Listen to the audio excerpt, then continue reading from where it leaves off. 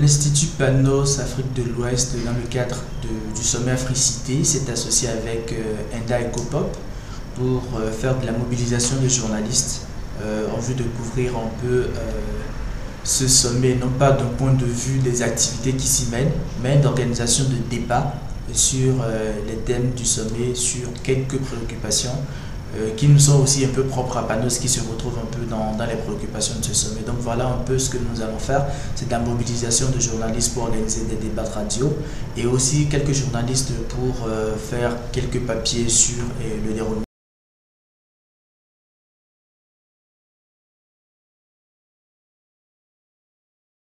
Ce que nous allons faire, c'est organiser 6 débats radio avec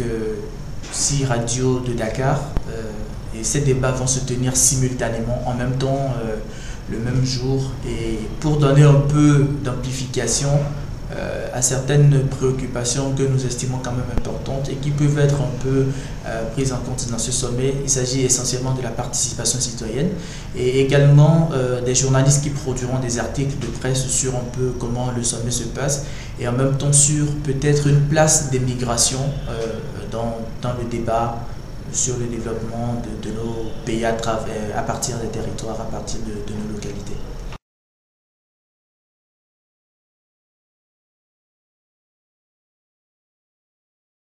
Les attentes de l'Institut Panos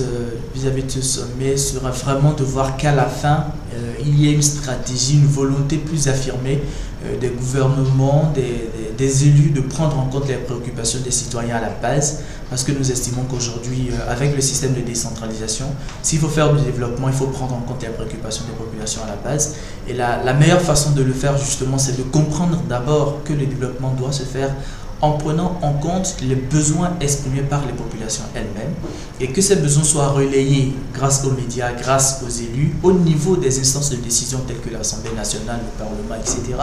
Et que ces éléments-là fassent l'objet d'un traitement en vue de l'élaboration des budgets, par exemple. Parce que nous pensons qu'aujourd'hui, on ne peut pas faire le budget d'une commune, d'une mairie, sans prendre en compte les préoccupations des populations de ces localités. Comment voulez-vous prendre en compte, par exemple, les besoins d'une localité si vous ne les intéressez pas au processus de prise de décision, à la participation, même dans l'élaboration du budget de la localité. Donc ce que nous estimons vraiment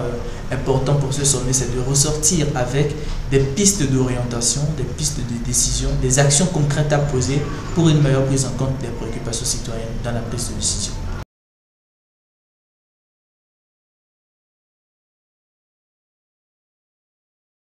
Je vais dire tout de suite que ce thème se rattache directement à l'une de nos thématiques phares ici à l'Institut Panos, c'est la thématique gouvernance locale. Et gouvernance locale, ça résume un peu tout ce qui concerne la gestion des ressources au niveau local, le budget participatif,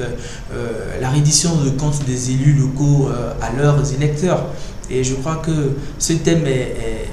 l'un des meilleurs thèmes peut-être que Africité ait jamais eu, j'allais dire, parce qu'aujourd'hui avec la décentralisation, comme je disais tout à l'heure, il faut bien évidemment prendre en compte le fait que le développement se fera à partir de nos localités et que pour le faire, il faut bien évidemment associer les populations à la prise de décision, leur donner plus de place dans le processus et évidemment avec une veille des médias qui permet quand même de temps en temps de rappeler aux élus leurs engagements vis-à-vis de leurs électeurs, vis-à-vis des populations qui les ont choisis, pour qu'on soit dans un processus plus participatif, plus inclusif des citoyens, des élus et des décideurs.